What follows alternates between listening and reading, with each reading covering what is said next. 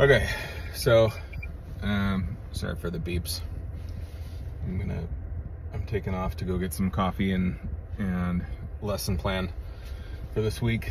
But we just got out of church, and I've confessed this before. When I'm listening, all right. I don't know if I'll leave that first part in. Ezra got a toy yesterday, and it's super annoying and was making some noises.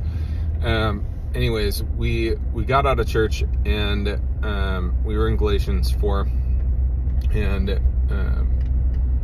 can't really remember exactly why the pastor, nothing against the sermon, it was a great sermon, but I can't really remember why exactly he went into, this is vibrating a lot,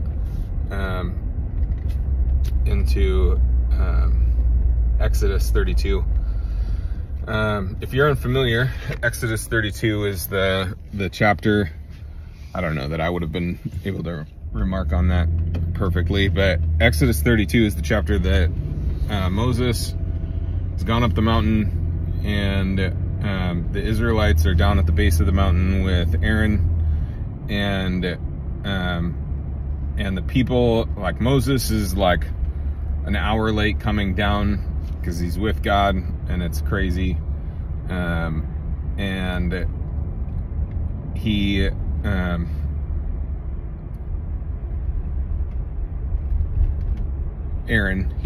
Aaron has some of the Israelites come to him, and they're like, hey, what's going on with Moses? Where is he? Why isn't he back here? And Aaron's like, I don't know. I mean, he went up there, and they're like, well, he's late, you know, he's probably dead. And so we gotta come up with plan 2. What's the backup plan, Aaron? And he's like, what do you mean? I guess, here's what I want you to do. And like, there's some real leadership things that I've seen play out, but Aaron acts instinctively. The whole chapter is kind of like a lesson on leadership and proper organization, having a plan. I mean, ultimately, Moses should have prepped Aaron for him to be a little longer. I don't know why he just panicked as soon as he got up there. But anyways, so Moses is gone. Aaron's in charge, and the Israelites come to him and say, hey, I need you to come up with plan B. And so Aaron's like, okay, here's what we're gonna do. Collect all of the valuable pieces of jewelry that's on you, on your daughters, on your sons, on your wives, and bring it here and burn it. And then you know, as the story goes, they make the golden calf. And but I got kind of stuck on this idea of these weren't things that they had picked up in markets. These weren't trinkets that had been found in the desert. These were probably hundreds of years old, and some of these pieces had probably survived with them through their time in Egypt, and so it was generations of value, maybe the only things of real value, of earthly value, that they had. And Aaron's like, bring all of this stuff to me, and I'm gonna make something of this. We're going to do something here. And they traded, like, once the gold got melted down, it's not like they could go and refashion any of those items of jewelry back. It was cast in. It was made into something completely different, and not possible to be regained. And you know, sometimes that's okay. Sometimes you make sacrifices and you give up things that are truly valuable for something that is even more valuable. And that's, you know, those are worthy sacrifices.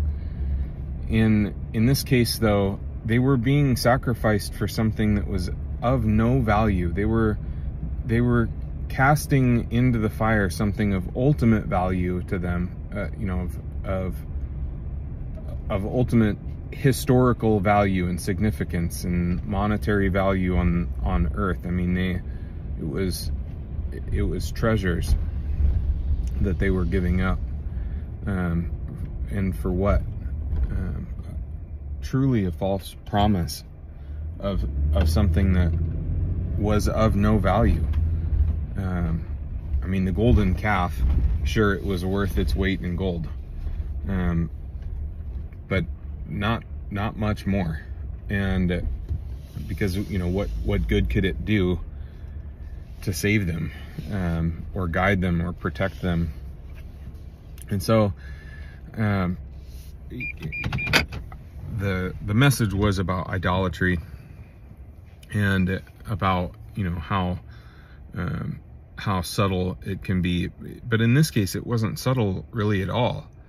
They were taking something that likely they had, I mean, maybe they had earned it, but it was likely gifts that had been passed down, and then giving it away for something that was of no value. And, you know, it convicted me.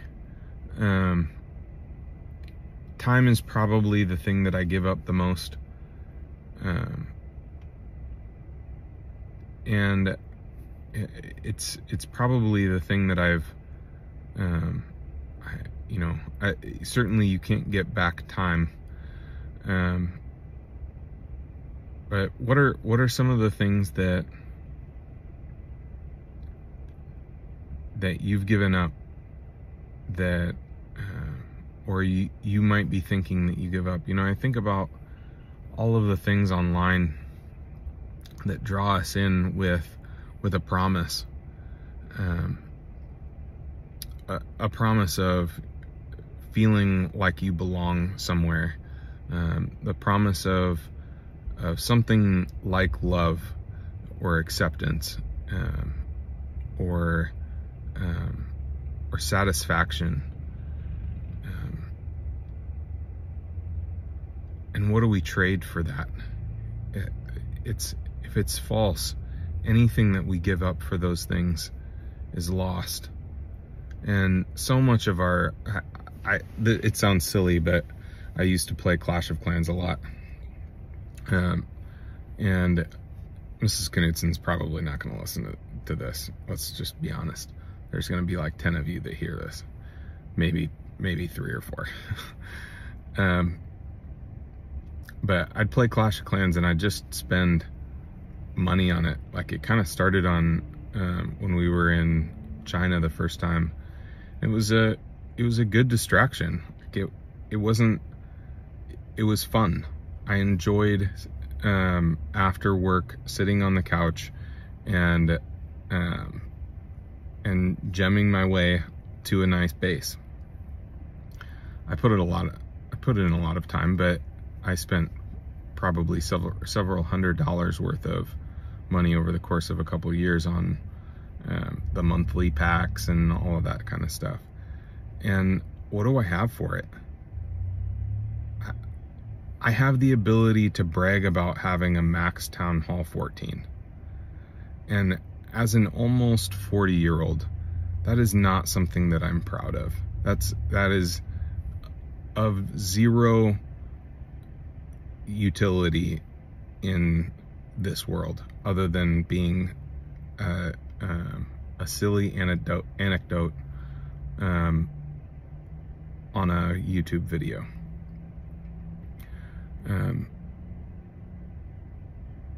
What are the things in your life that you're willing to give up? Is it money? Is it your time? Is it relationships? Is it your studies? Is it a job? What are you giving up that you shouldn't? What are you making sacrifices for that doesn't need a sacrifice, that doesn't require something? And I just challenge you, and I'm saying this for myself, when you're in those situations where you catch yourself and God uses the Holy Spirit convicts you in those moments, to think about that, to consider, am I making those? Stop. Just stop. Wait 1 minute, and in that minute, pray and ask God, is this something that you want me to do? And if not, don't do it. Find something else to do. Go and read the Bible. Go and read a book. Go and call a friend, and just say, hey, I need some prayer. I need some help.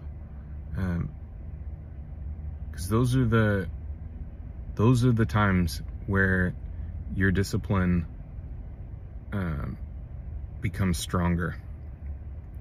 And then when the not so subtle opportunities come up, and making the wrong sacrifice means losing a family member, or losing a relationship, or losing your financial well-being,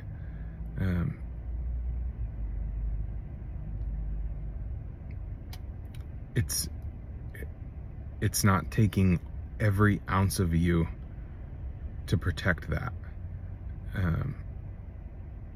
It's not taking every ounce of you to fight against that, because you've fought the little battles. And so with this larger battle, you're not left questioning, do I take the earrings out of my child's ear to make a golden calf? You know the right answer. You can stand firm and resist. The verse that I hope it's still recording. Let's see. The two scriptures aside from Exodus 32 that I'm reflecting on in this. So Galatians chapter 4 was what the message was on this morning. The book of 1 John, probably worth reading the whole thing.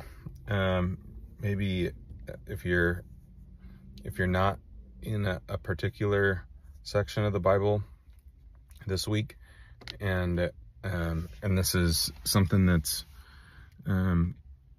convicting to your heart, then I maybe read a chapter a week and just journal through that chapter.